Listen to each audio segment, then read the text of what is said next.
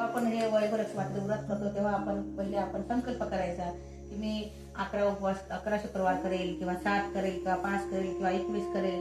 जेवढा आपली इच्छा असेल तेव्हा आपण तो संकल्प, हातात पाणी घ्यायचं व पाण्यात अक्षता टाकून आपली जी इच्छा असेल ती बोलायची आणि जेवढा आपण संकल्प केला उपवास जेवढे शुक्रवाराचा तेवढं आपण ते बोलून पाणी खाली सोडून द्यायचं.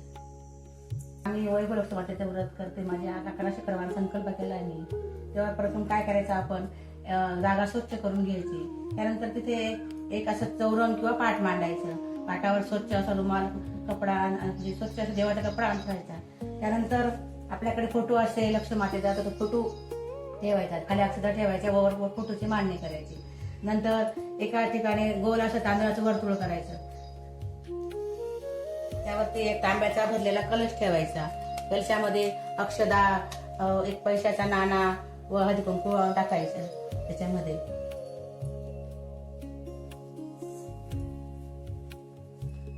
त्याचप्रमाणे कलशात आपण हळदी कुंकू वगैरे टाकलं का मग एक वाटी ठेवायची. त्या वाटीमध्ये आपण थोड्या अक्षदा घ्यायच्या व त्याच्यामध्ये आपण सोन्याचा दागिना ठेवायचा. सोन्याचा किंवा चांदीचा जो नाणा असेल आपल्याकडे, जी वस्तू असेल छोटीशी ठेवायची किंवा 1 रुपयाचं नाणं ठेवलं तरी चालेल. व आपण त्यांना नंतर आपण काय करायचं, हळदी कुंकू, लक्ष्मी मातेला हळदी कुंकू लावायचा व आपण नंतर स्वतःला पण हळदी कुंकू लावायचं.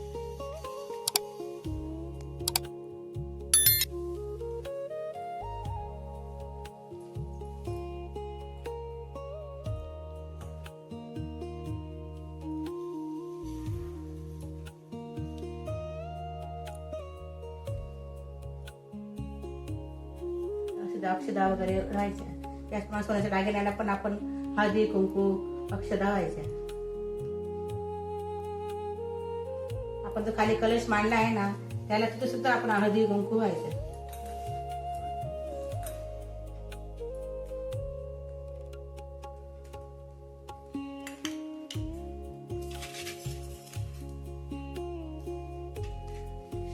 आपण जेव्हा पूजा करतो ना सर्वात प्रथम पहिले आपण दिवा लावायचा.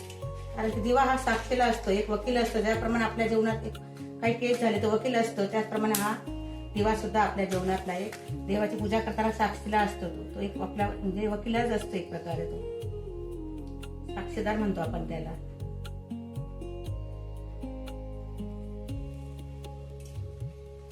तेव्हा आपण एक तेलाचा दिवा लावायचा व तुपाचा दिवा लावायचा.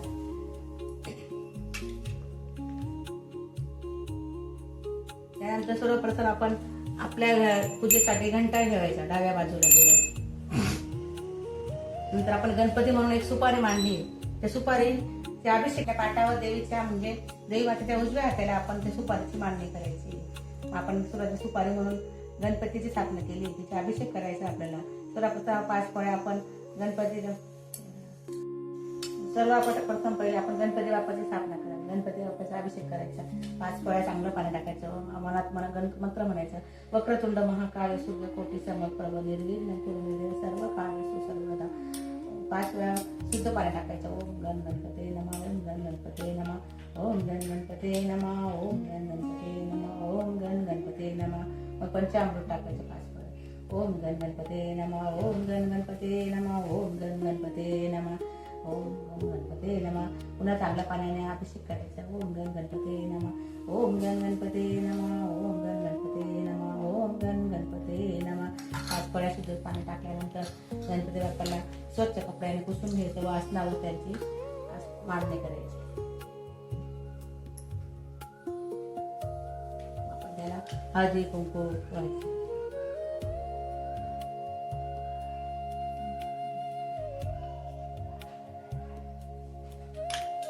आपण त्यांना लाल फुलं अर्पण करायचं. म्हणजे आपल्याला लाल फुल खूप आवडत असतात.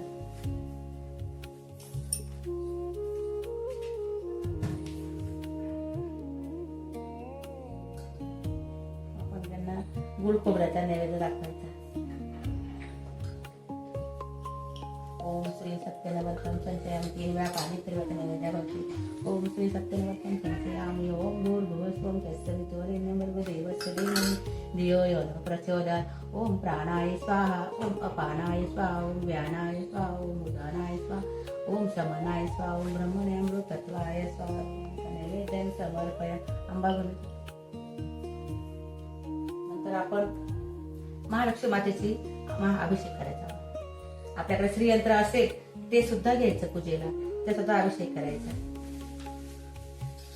आपल्याकडे श्रीयंत्र असेल पितळाच्या धातूचं किंवा साधं जे असेल ते आपण ते पूजेला ठेवायचं. कारण लक्ष्मी मातेला श्रीयंत्र खूप प्रिय आहे, म्हणून श्रीयंत्राची पूजा आपण केलीच पाहिजे त्या दिवशी. सर्व मंगल मांगल्ये शिवे सर्वार्थ साधिके शरण्ये त्र्यंबके गौरी नारायणी नमोस्तुते. 5 पळ्या शुद्ध पाणी टाकायचं. नंतर पुन्हा पंचामृताने करायचं. सर्व मंगल मांगल्ये शिवे सर्वार्थ साधिके शरण्ये त्र्यंबके गौरी नारायणी नमोस्तुते. आपला मंत्र येतो दे माहितीचा. 99 मंत्र म्हणायचा. ओम ऐं ह्रीं क्लीं चामुंडाय विचे. ओम ऐं ह्रीं क्लीं चामुंडाय विचे. ओम ऐं ह्रीं क्लीं चामुंडाय विचे. ओम ऐं ह्रीं क्लीं चामुंडाय विचे. ओम ऐं ह्रीं क्लीं चामुंडाय विचे. 5 वेळा म्हणायचं. नंतर शुद्ध पाण्याने तिथून आईची स्थापना करायची.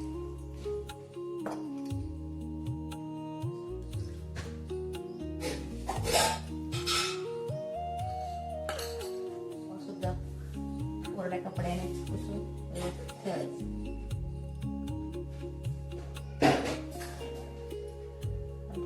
छोटेसे श्रीयंत्र आणले आम्ही जेव्हा अक्कलकोटला गेलो होतो तेव्हा तिथून आम्ही श्रीयंत्र आणले. सुंदर असं छोटस आहे, मला खूप आवडलं ते छोटस.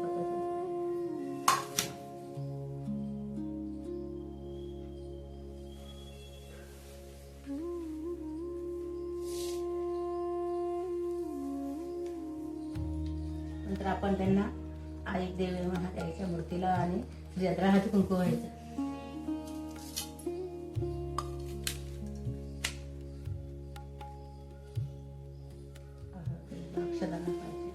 नंतर आपण जो सोन्याचा दागिना ठेवला आहे ना त्याला पण हळदी कुंकू व्हायचं.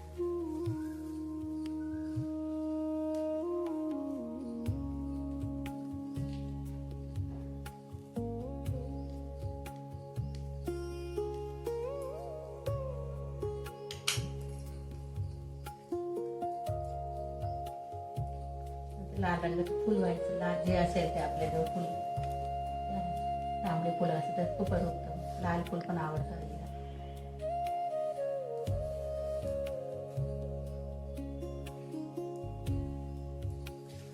नंतर आपण एक फळाचा नैवेद्य दाखवायचा.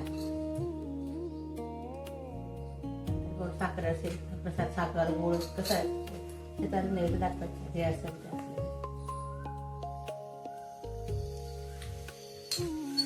सत्यनवरतं संचयामि. ओम भूर्भुवः तत्सवितुर्वरेण्यं भर्गो देवस्य धीमहि धियो यो न प्रचोदयात्. ओम प्राणाय स्वाहा. ओम अपानाय स्वाहा. ओम व्यानाय स्वाहा. ओम उदानाय स्वाहा. ओम समानाय स्वाहा. ओम ब्रह्मणामृतत्वाय स्वाहा. म्हणजे आपण गणपती माळा असे गणपती ठेवले आहे ना, मानले देवाच्या जवळ, तिथे हळदी कुंकवाने पूजा करायची. श्री गरुड देवताय नमः. आपण दिवा लावलेला असतो ना त्याची सुद्धा हळदी कुंकवाने पूजा करायची. व त्याला फुल व्हायचं आणि काय म्हणायचं मंत्र. शुभम करोति कल्याणम आरोग्यम धन संपदा शत्रुबुद्धी विनाशाय दीपम ज्योती नमस्ते. आपण जे पृथ्वी माता आहे ती पृथ्वी माता सुद्धा एक लक्ष्मीच आहे. म्हणजे लक्ष्मीच आपली पृथ्वी माता आहे. आपण तिला सुद्धा नमन केलं पाहिजे. तेव्हा आपण एक फुल हळदी कुंकवात बुडून नमन करायचं. मंत्र म्हणायचा कोणता. समुद्र वसने देवी पर्वत सन मंडले विष्णू पत्नी नमस्तुभ्यं पाद स्पर्श समस्वरी.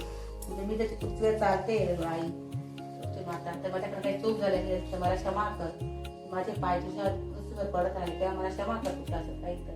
म्हणून आपण त्याची आराधना करायची.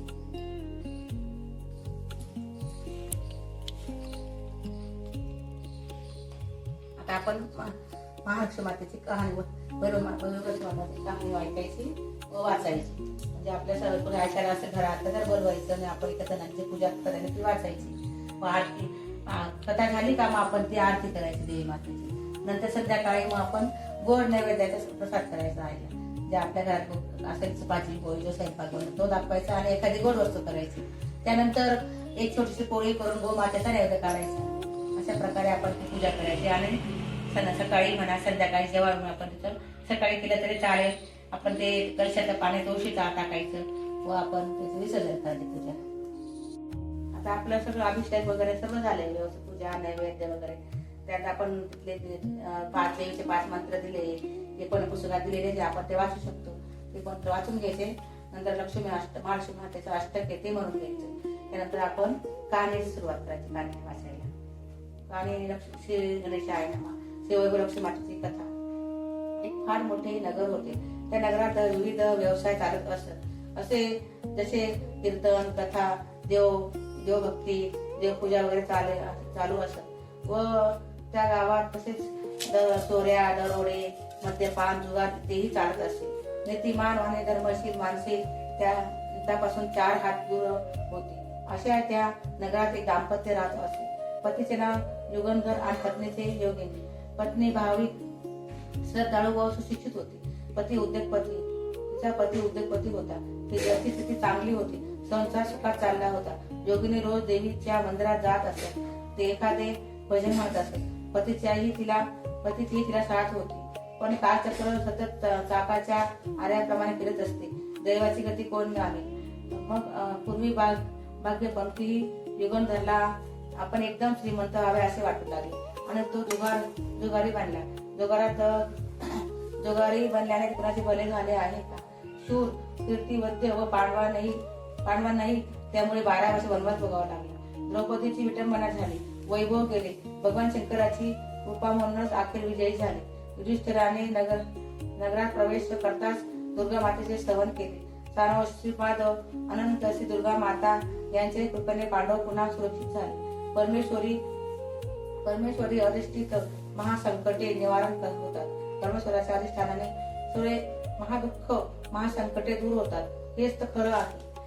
युगंधराने आपली संपत्ती, पत्नीचे दान टाकण्यास सर्व वैभव जुगारापायी गमावले आणि मद्याच्या व्यसनाने त्याचा ताबा गेला.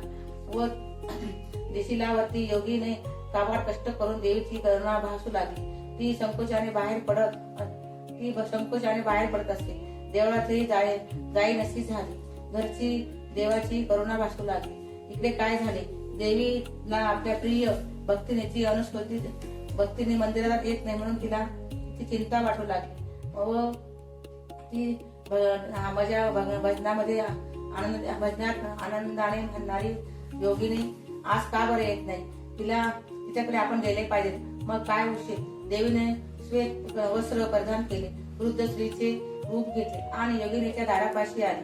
दार बंद होते. आत योगिनी अनन्य भावाने, करुणेने देवीची श्रद्धा भक्ती करीत होती.